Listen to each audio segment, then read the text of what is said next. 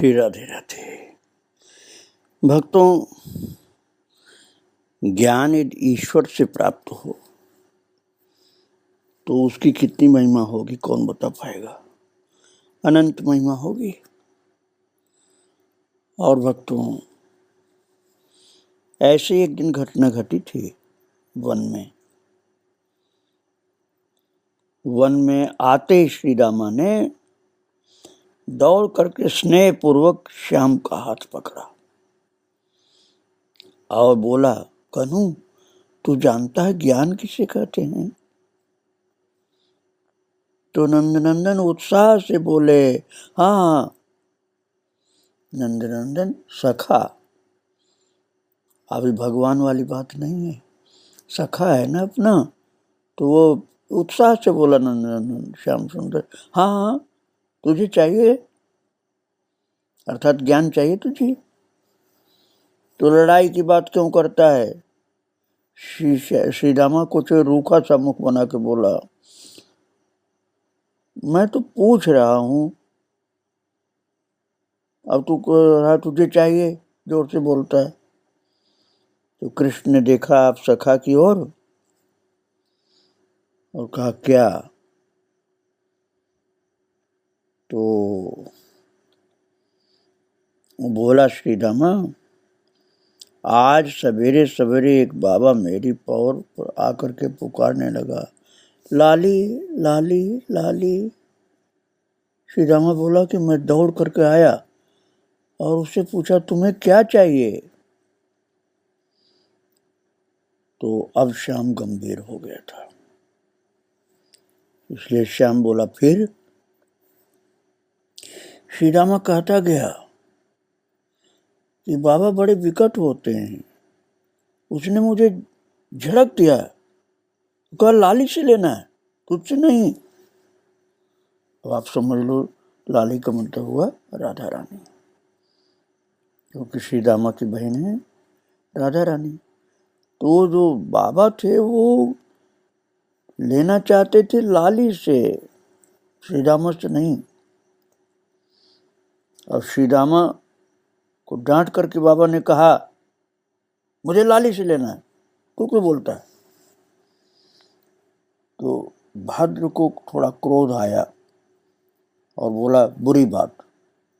अब वो बाबा सामने होता तो कदाचित ये उसकी दाढ़ी नोच लेता, इतना गुस्से में आ गया भद्र।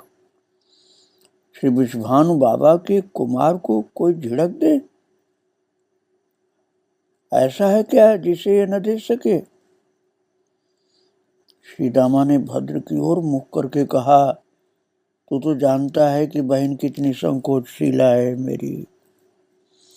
वो ललिता के साथ द्वार पर दौड़ आई और बहन को देखते ही वो बाबा गिड़गिड़ाया, लाली मुझे ज्ञान दान कर दो, मुझे ज्ञान का दान करो, लाली मुझे ज्ञान का दान करो।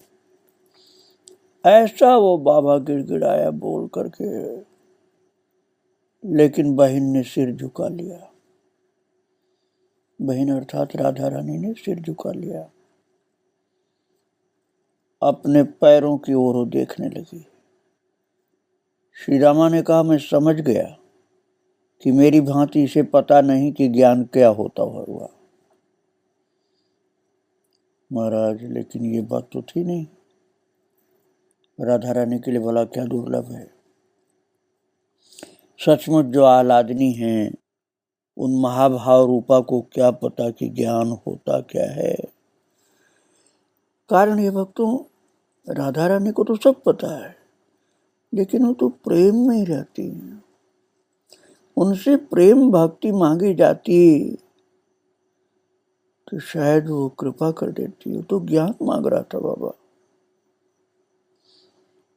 तो उसने पूछा,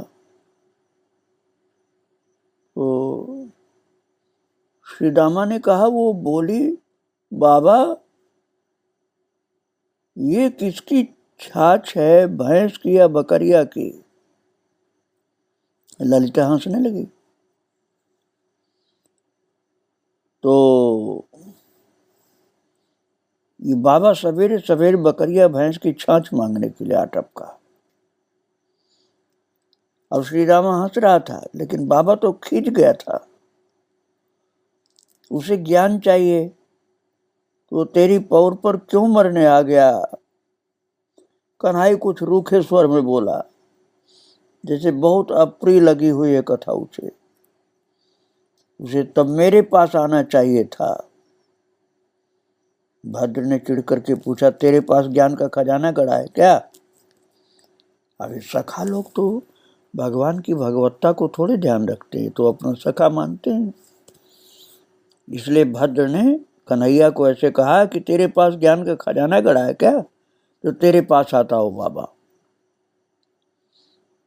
तो लेकिन श्याम तो कहीं भी हतप्रभ नहीं होता। श्याम तो कहा, हाँ है गड़ा खजाना मेरे पास, लेगा तू? तो भद्र को भी तो डराया धमकाया नहीं जा सकता था, तो भद्र भी बोल पड़ा जोर से, कहाँ है तेरे पास ज्ञान का खजाना, कहाँ है?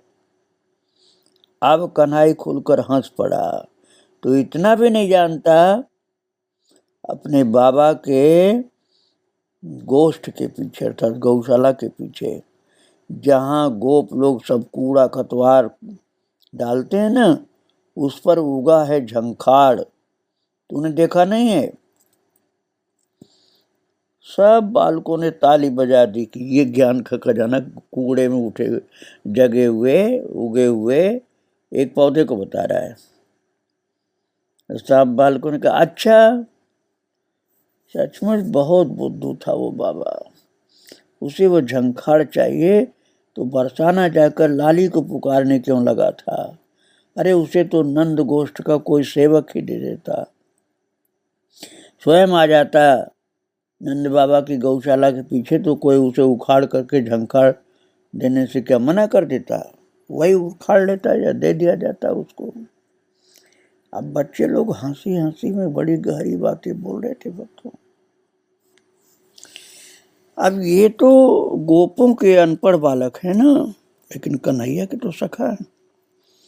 इनकी समझ में यही आया कि जड़ी बूटी ढूंढने वाला कोई जटाधारी भटक गया था ब्रज में आकर, लेकिन ऐसी बात नहीं थी। वो तो ज्ञान मांगने के लिए बाबा आया था कोई अद्वैत वेदांती, उसको भक्ति प्रेम से ज्यादा ज्ञान का महत्व तो समझ में आ रहा था, इसलिए लाली से मांगने के लिए आ गया। किसी ने बता दिया कि लाली जो है साधारण नहीं है, देवी है, वो ज्ञान दे सकती है। अब श्री दामा को इसलिए बाबा झटक रहा था कि नहीं, तुझसे मुझे नहीं चाहिए, तू क्यों बीच में बोल पड़ा? तो अब आप लोग तो विश्वास पूर्वक कह सकते हैं कि नंद गोष्ठ के पिछवाड़े कूड़े के ढेर पर उगा झंखाड़ ज्ञान नहीं होगा। पर महाराज, श्याम सुंदर तो किसी भी तरह से किसी को ज्ञान दे तो ज्ञान मिल जाएगा। श्याम सखाओं के संग कुंज में बैठा है, 5-7 कदम्ब के वृक्षों का झुरमुट है और वो पुष्पों से लदा हुआ। अब वो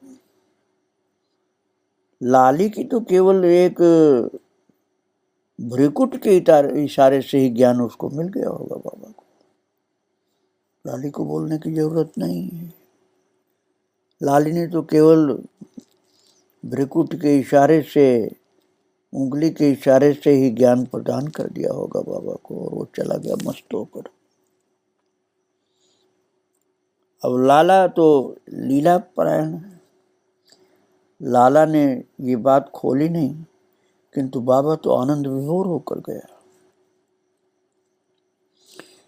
और वृक्षों पर यहाँ जहाँ श्याम बैठा ना, सखाओं के बीच में 5-7 कदम वृक्षों के झुरमुट के बीच में, वहाँ मालती लता ने एक और हरी चादर फैला रखी है। फूली मालती की शाखाएं जो हैं श्वेत हो रही, पूरा कुंज मधुर मादक सुगंध और भ्रमरों से गुंजार से भरा है। छोटे छोटे गोप बालकों का समूह बैठा है इस कुंज में। कठिनाई से ही कोई 6-7 वर्ष के ही होंगे बच्चे, अधिक तो 3-4 वर्ष के ही होंगे, 2 वर्ष के ही कुछ होंगे। अब ये 2 वर्ष वाले तो कहाँ कपड़ा का ख्याल रखने वाले, दिगंबर या कछनी पहने पर। अब इन बच्चों के बीच में पटु के कुंज में और बाहर इधर उधर अस्त व्यस्त पड़े हैं, छड़ियां पड़ी हैं, किसी को इनकी चिंता नहीं। चिंता और संभाल करने की आयु ही कहाँ इनकी। ये तो इन सब का हट है कि बछड़े चराने की छूट इनको अपने घरों से मिल जाती है बस, नहीं तो ये रोएंगे बहुत ज़्यादा, इसलिए छूट मिल जाती, जाओ अच्छा बछड़ा चरा जाओ। अब नंदगांव के समीप ही वन में इन्हें बछड़े चराने की चेतावनी भरी छूट मिलती है। जाना नहीं था तो कहीं, बछड़े चराने जाओ लेकिन कहीं दूर नहीं जाना। बार बार माता पिता ने समझाया। कन्हैया का संग मिलता है ना, तो कन्हैया का संग मिल गया है तो अब तो इससे बड़ी दूसरी कोई बात नहीं। इसलिए बछड़े चराने के बहाने से बच्चे आते हैं। अब बछड़े बछड़ियां भी इनके जैसे ही अल्लड़ हैं। ये बात दूसरी है कि नंदनंदन वन में है तो उनमें से कोई घर हाँकने पर भी नहीं जाएगा, ले जाने पर भी नहीं रुकेगा, किंतु महीने भर से लेकर के 3-4 महीने के बछड़ों को चराना और चरना ये मुश्किल काम है, क्योंकि वन में कूदेंगे फुदकेंगे और थक जाएंगे तो बालकों के आसपास ही कहीं वृक्ष के नीचे बैठ जाएंगे। इस समय कुंज में कोई बछड़ा बछड़ी नहीं है। बालक जैसे खेल कूद करके आकर के बैठ गए, बछड़े भी प्राय बैठ गए हैं जहां तहां दूर दूर, और कहीं कहीं वो 2-2 3-3 सट के बैठे हैं, कहीं एकाकी भी हैं, 2-4 इधर उधर खड़े भी हैं। बालकों के शरीर में धूल लगी है, किसी के अंगों पर कीचड़ या गोबर के चिन्ह भी हैं। सबके केशों में, कंठ में, भुजाओं में, कानों पर पल्लव, पुष्प गुच्छे, पक्षियों के परों के अटपटे श्रृंगार, कुंडल, मालाएं, बाजूबंद, कंकण, सब वन्य श्रृंगार से दब गए हैं। फूल पत्ती से ही सजा रखा है। और कन्हई अपना पटुका कहीं गिरा आया, दुपट्टा, पटुका मतलब दुपट्टा समझिए, और एक कान में कुंडल के साथ कदम पुष्प लटक रहा है और दूसरे कान पर कनेर का फूल लटका है, पीला। कान के ऊपर फूल, पीला कनेर का फूल रख दिया और बिखरी अलकें सखाओं के द्वारा पुष्पों से भर दी गई हैं। मयूर पिच्छ तिरछा हो रहा है, बंसी कछनी में खोस रखी है, और अचानक एक दूध के समान उजलाऊ बछड़ा जोर से कूदता हुआ आया और उसने श्याम के इधर उधर बालकों के पास फुदकी लगाई और फिर अपने सिर से कन्हई की पीठ को ढकेलने लगा। और मोहन ने मुड़कर बछड़े को पुचकारा और उसके मुख गर्दन के निचले भाग को सहलाने का प्रयास किया और एक छोटी सी हुंकारी बछड़े ने भरी हूं और कूद करके कृष्ण के सहलाने के प्रयत्न को उसने असफल कर दिया, अर्थात जोर से उछला तब कैसे सहलाए वो। और श्याम के पेट में सिर लगा करके ढकेलने की, ठेलने की चेष्टा करने लगा वो बछड़ा। कई बालक एक साथ बोल पड़े, लाला ये बछड़ा गौरव जो है ना, तुझसे झगड़ने आया है, तू अप्रसन्न है, झगड़ा करेगा तू। कन्हई खड़ा हो गया। कन्हई ने कहा झगड़ा करेगा तू। उसने बछड़े के गले में भुजाएं डाल दी। भक्तों, साधारणतः यही माना जाता है कि सखा तो मनुष्य ही हो सकता है, मनुष्य का बच्चा अर्थात ग्वाल बाल, यही सखा हो सकते हैं। किंतु ये बात लोगों को नहीं पता कि बछड़े भी कृष्ण के सखा हैं, इसलिए आकर के प्यार से धक्का मुक्की करते हैं और कन्हैया भी उनका प्यार भरा जवाब भी देता है।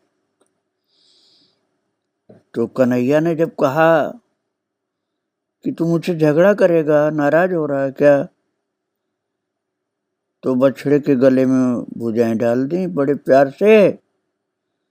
तो वो बछड़ा ऐसे करके छोटी सी हुंकार भर के कूद के अलग हो गया, और अलग हो के फिर दूर थोड़े गया, वो लाला की जांघ पर सिर से ढकेलने लगा, ठेलने लगा। बात ये थी कि बछड़े को प्यास लगी है। अब वो मनुष्य को बोली में तो बोल नहीं सकता है, बछड़ा है, इसलिए वो इशारा ही कर सकता है।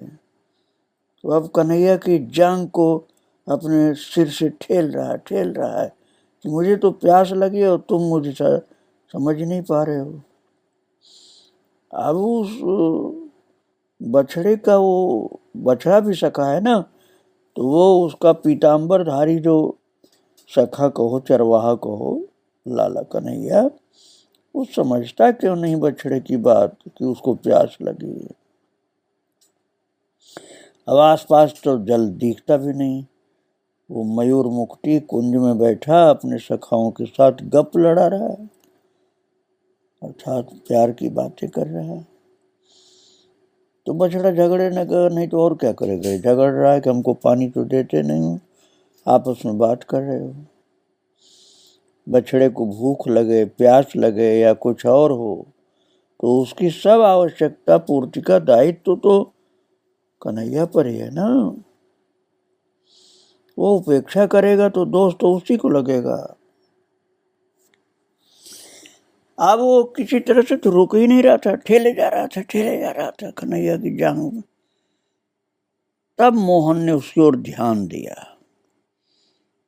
और फिर मोहन अपने बछड़ों की भाषा समझता तो है ही, तो मोहन बोल पड़ा, तू प्यासा है, अरे रूठ मत, चल तुम सबको जल पिलाने चलते हैं। अब सब बालक खड़े हो गए, जो अब तक बैठे हुए कृष्ण से बात कर रहे थे, सब खड़े हो गए। अब वे अपने पटुके छड़ियां ढूंढने उठाने लगे, और बछड़ा श्याम को सूंघ करके कुंज से बाहर फुदकता जा रहा है। अब सब बछड़े जो जल पीने के लिए कन्हैया के साथ चल रहे हैं, और सबको ले जा करके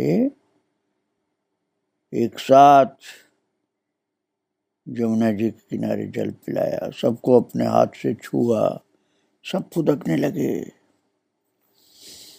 इतना प्यार करते हैं बछड़े भी, क्योंकि कन्हैया का प्यार उनको पता है।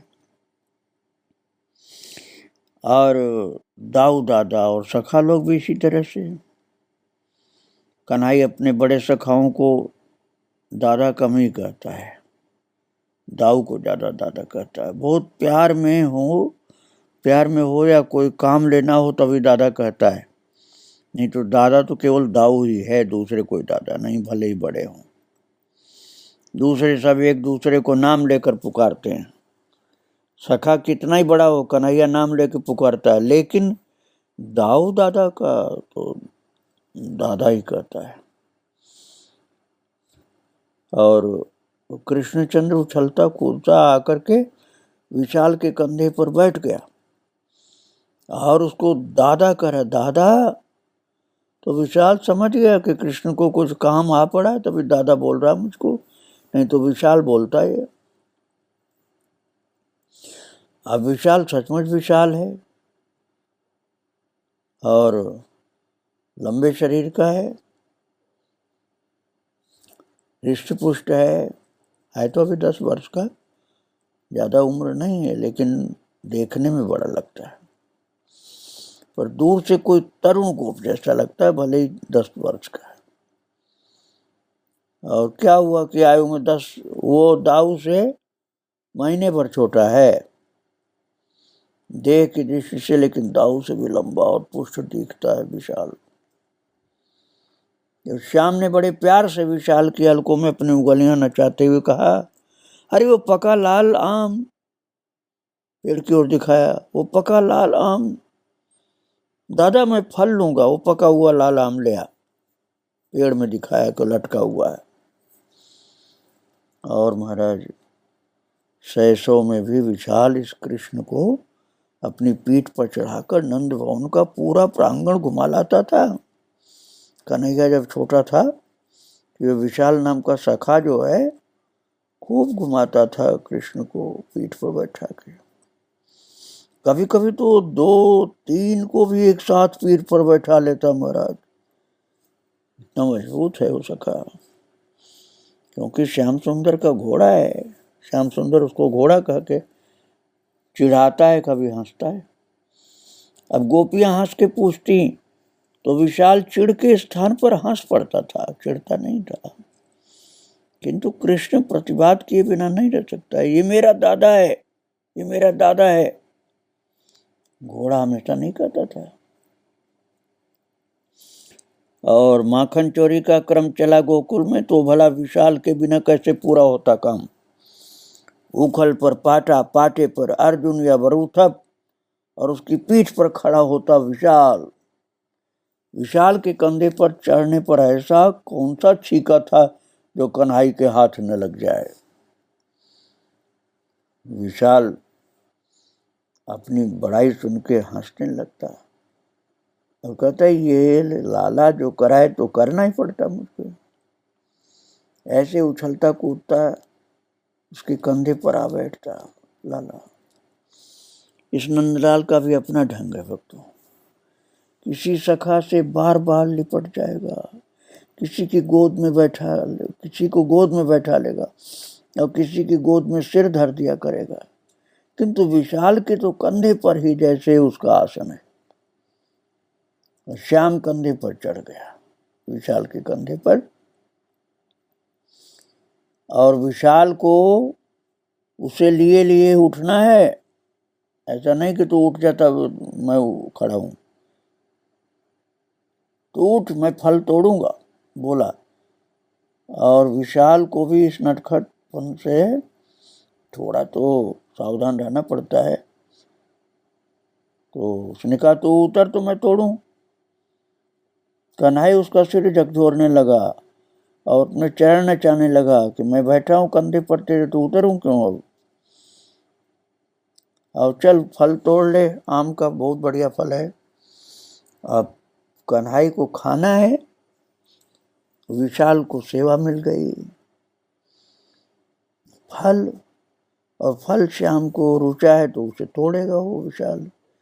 किसी सखा को संभव है कि विशाल के मुख को ही उस फल का स्वाद लेना पड़े, क्योंकि अकेले तो खाता नहीं कन्हई। तो विशाल दौड़ गया, है ही विशाल वो, और कन्हई उसके कंधे पर खड़ा होकर के सुंदर सा प्यारा सा पीला सा मधुर सुगंध वाला आम का फल तोड़ लिया।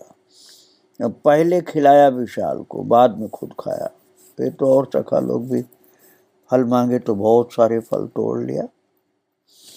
ये सखाओं के बीच का सेवा परायणता का खेल है। खूब सखाओं को खिलाता है लाला।